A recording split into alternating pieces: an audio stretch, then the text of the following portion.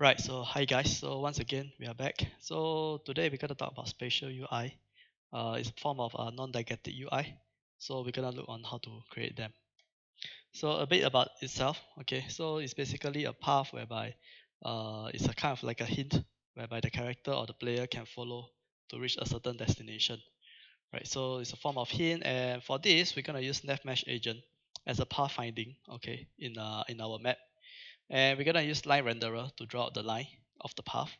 And lastly, right, we're gonna create trigger objects, right, whereby it will enable these lines or this path upon triggering. So very first thing is the NavMeshAgent. Okay, so basically we're gonna create a NavMeshAgent for our player, and we're gonna do some testing by creating some like destination position to see if it works. And lastly, because it's a NavMeshAgent, but we still wants to control, so we're gonna sort of to stop the NavMeshAgent from taking over the character. So the very first step is the NavMeshAgent. So let's hop over. So over here we got a very basic gameplay. Okay, so the very first thing we want to do is to add a NavMeshAgent.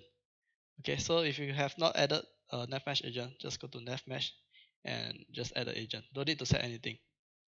Right, after which, right, we want to pop into the script. Right, so inside the script, right, what we're gonna do is basically to just create a destination position just for testing first.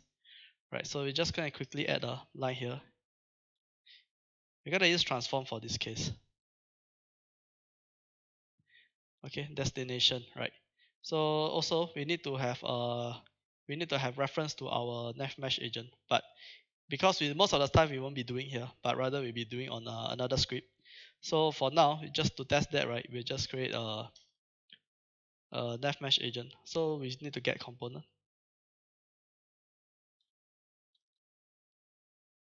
Okay, so remember to add in the reference at the top and .ai, right? So this will give us access to the NavMeshAgent. Then set destination, and this we want to call our destination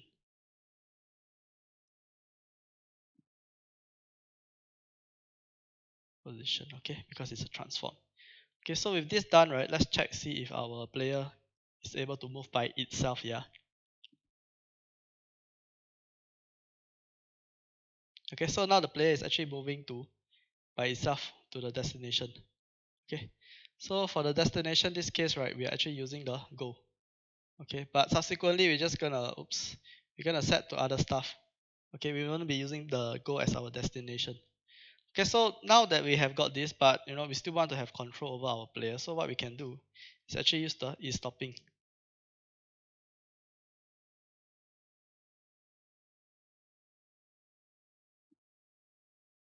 Okay, so this will be true. Okay, so if stop is true, then the death mesh will not be moving our character. Okay, and okay, but the path is there. So basically, we need to use the NavMeshAgent and set the destination to get a path. Right. So that's kind of like basically we have got a path, just that we don't see it yet. Right. So with that, moving on to the next one, which is actually the path itself. Right. So for this, we're gonna actually use a LineRenderer to show the path, and we're gonna use the waypoint from the NavMeshAgent. It's basically stored under NavMeshAgent.path.corners. Okay, so all these corners are the points for the NavMeshAgents to navigate. And lastly, right, basically we want to draw the LineRenderer using whatever points that we have from our NavMeshAgents. Right, and what will happen, right, is actually basically our LineRenderer will have a list of positions, which is actually taken from our NavMeshAgent. Okay, so this is kind of a few steps, so we're gonna spend a bit of time on this. So first thing first, we want to do is to create an empty object, and let's call it hint path. Right, then we're gonna create a script called hint path as well.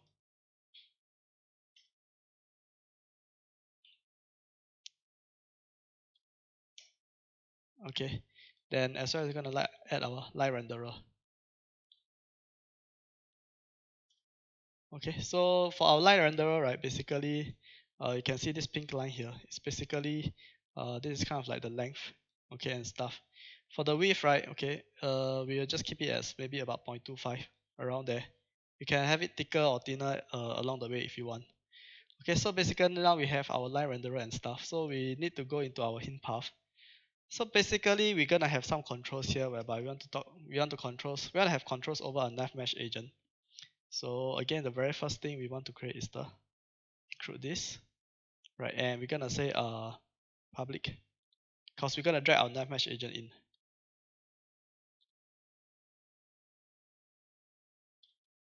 Okay, and also we want to have control over our LineRenderer.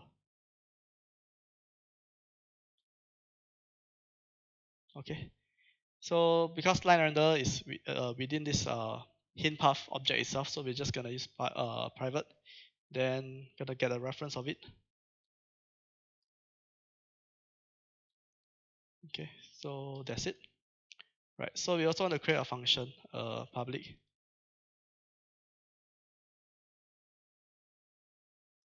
Okay, so this will get transform.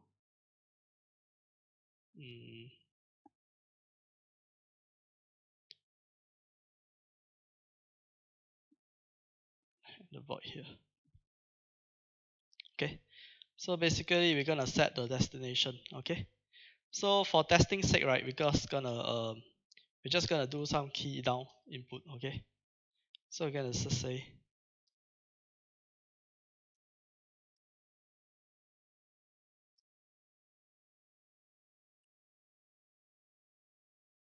for this case we're gonna use F2.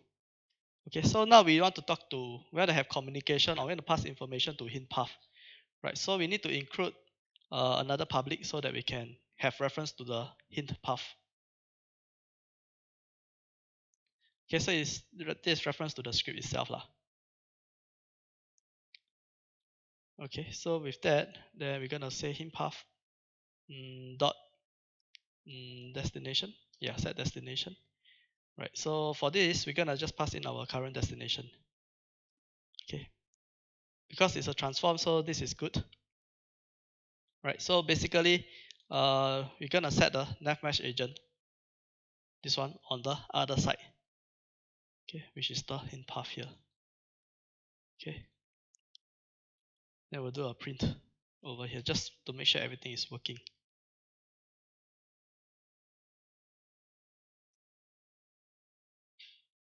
Okay. Right. So let's remember to drag our stuff, our reference to our player. So our player will need to have reference to our hint path. Okay. Likewise, for our hint path objects, we need to have reference to our NavMeshAgent of our player. Okay. And let's test if everything is working fine after we press F2. Okay, so we are working. Okay, so there's missing component. Let's take a check. So get component NavMeshAgent. Okay, so basically because this is the NavMeshAgent, so we want to replace with that. Okay, so basically we are setting the destination of this NavMeshAgent reference.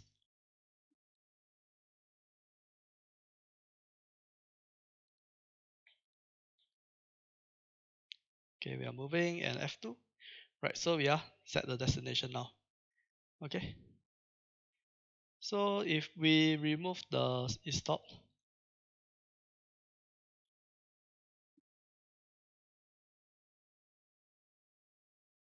and we should be able to sort of move after pressing F2.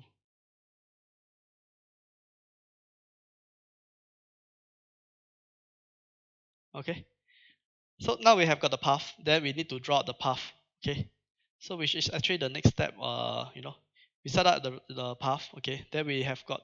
We're gonna use all this. Okay, to create the LineRenderer to display the path. Okay.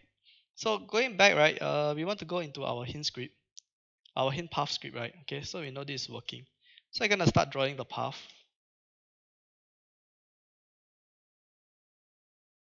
Okay.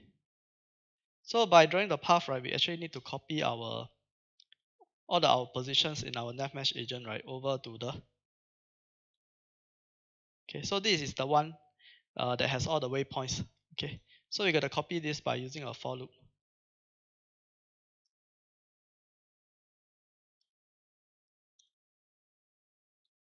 So we're gonna say all the points, number of them. Okay, dot length, and we're gonna increment. Okay, so with that done, then we're gonna say LineRenderer dot set position. Okay, then we're gonna say, because looking at the IntelliSense is that we're gonna have index, which is I, followed by the vector positions, which is nav mesh agent. No, it's the small n, yeah. Mesh agent dot path and array index I. Okay, so this will actually copy over. Okay, but I think you'll see a weird problem whereby it only display a portion of the path itself.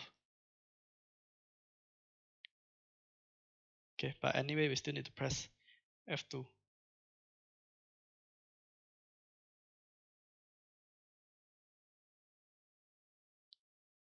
Okay, it's not showing. So let's do a quick check. Okay, because we have yet to draw path. Okay, so let's just for now, just put it inside update. Okay, and let's go again.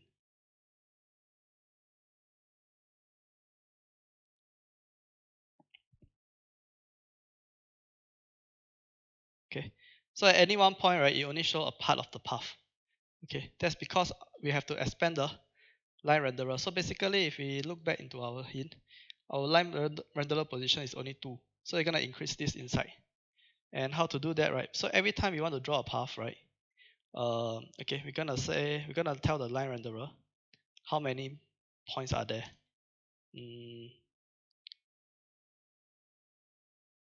Okay, we're gonna use position count equals to the length of the from the NavMeshAgent. Okay, so this will give us the whole range of the list of positions. Okay, so there we go. Yeah. So now we get the path. We are able to display the path. Okay, but then we do not want we do not want the agent or the player to move by itself. So we're gonna stop it by using is stop and equals false true. Yeah. So this after we press F2, right, then it will not move by itself. Okay, so the path is there, you know.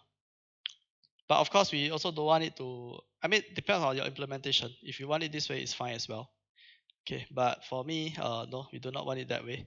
So we're gonna do some checkings. We're gonna say if there's path, then you draw. If there's no path, right, then do not display the line renderer, and only draw the path once, which is from where you were originally.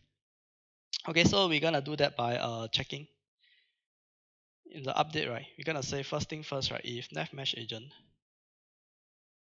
has path, right? Then we'll draw the path. Okay. I mean, obviously, right?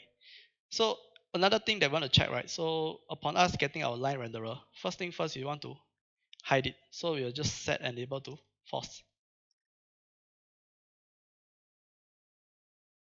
Okay. So we're gonna set enable to false. Enabled. Okay. So upon us having a new position, okay. So basically, when I set this, we have a new destination. Okay. We want to then start our line renderer. Okay. And we want to draw our path. Okay. Or maybe you can set it inside the draw path lah. Will be much clearer. Okay. So that will be true. Okay. So every time we're gonna disable. Okay, so every time that means we got a new destination that's being set, right? We want to reset our line renderer. So you set that to false. Okay, so when we want to draw a new path, we'll set it to true. If not, it's false. And in the update, right, we do not want to keep always drawing. So we want to make sure that line renderer is also false. Okay. So when line renderer is false, right, we'll call draw path, and only there we'll enable back the line renderer. So I think with that we should be able to get the line, okay, by pressing F2. Okay. So now the line no longer move with me lah. Okay. Right. So but I mean again, like who press F2 for guides, right? So that move on to our next point, whereby it's to create a trigger to show the hint. Alright, so the trigger itself is very simple. So every trigger objects, it just need to know where it wants to go, right? Maybe because I do not want to go, maybe I have mission 1 and the very first part I need to go to my second mission, okay, before I go to my final destination, right? So with a trigger, right, you can have stage by stage kind of like hint to guide the player through the levels or the game, right? So with that, right, so very quickly, let's create a simple object. Maybe just use a sphere, call this sphere as hint, trigger, maybe call it 1, okay, right? So let's position it this guy. So anyway, this map is created randomly, so to make it a bit more confusing, okay. So let's create a script for hint trigger, okay. Oops.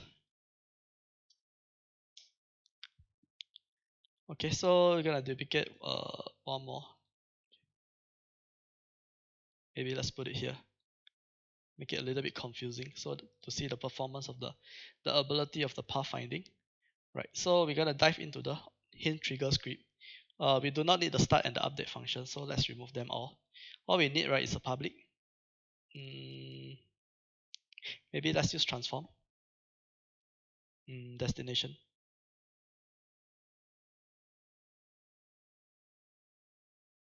Okay.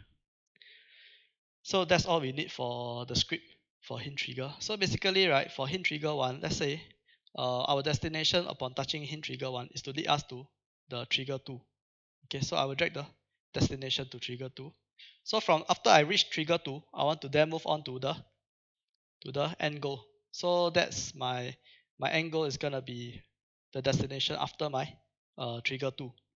Okay, so we can give that a shot. Yeah, I mean it will not do anything, but what else we need to do? Okay, because it's a trigger, right? Let's also make sure that it's trigger. Okay, and another thing that we want to do, because we have triggers, we want to do collision, so we also want to do a tag for it. So let's add a tag and like call it hint trigger. Okay, so we're gonna use this tag to check for collision with our player. Okay, with that set up, let's dive back into our player script. So we want to add a on trigger enter now after the on trigger collision. So okay, so we're gonna say if the thing that we collide tag equals to hint trigger. Okay, then we want to do something in this case, right, we're gonna, instead of pressing F2, okay, we're just gonna move that down. Okay, so whatever that was activated using F2, right, will be moved to on trigger now. Okay, so upon hitting the trigger, now I will set my destination.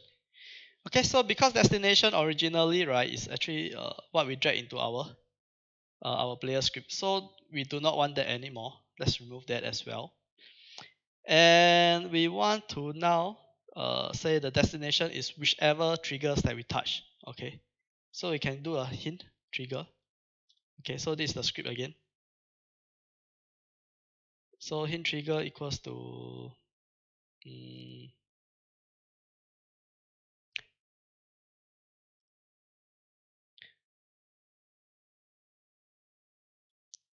okay. So basically this line will get the hint trigger script of that component that we touch. Okay, so if we touch the trigger, this trigger, okay, then it will get the hint trigger of this destination, and that's what we want to pass it over to our destination. Okay, right, so basically the destination that's inside the hint trigger. Okay, so let's do a test again to see if there's any errors or stuff. Okay, it's not working. Okay, we have not tagged our triggers, yeah, so let's tag the triggers now. Always remember to save your work.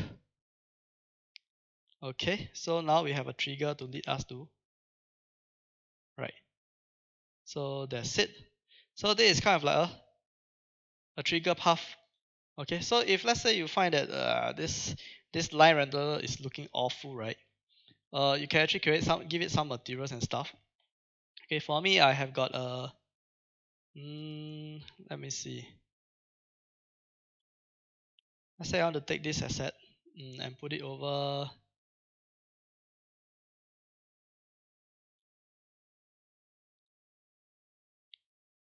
Okay. Right, so we're gonna use this as our texture. Let's just quickly get it to sprite. I think that's good. Okay, so for our line trigger, our line path, right? We're gonna create a new material. So we're gonna call hint path. Okay, and I'm gonna apply this materials. So if you like the glowy effect and stuff, right, you can actually use the particle system shaders, right? I mean, because there's no post processing done here yet, so you are probably not gonna see any effects. You can maybe set it, I don't know, to green or something. Okay, so then now we can apply this material, this hint path material, onto our hint path. That's okay. Okay, that's all. Okay, so we can test, then we can tweak a bit along the way. Okay, so now it looks pretty dark. So we can just tweak our material very quickly.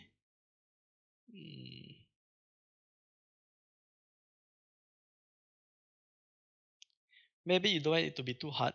So maybe a little bit brighter as well. Okay. Right. So that's it for the pathfinding. Okay. So the tough part is basically the copying of the positions from the NavMeshAgent over to the LineRenderer. So once you kind of comprehend that, right, then it's pretty straightforward, and it's just getting it to show and unshow at the right time. Okay. So I think that's pretty much. Okay, so good luck, have fun with your LineRenderer. We'll see if we have time. If we do have time, then probably we create another part whereby it will has an animated kind of like indication to show you like which direction of the path, right? Because if you got a long line, you may not know are you gonna go the left or the right side of the line, right? So with that, right, you kind of give the player or the player, right, a certain direction of where he has to move to the next objective. Okay, so with that said, stay tuned and see you all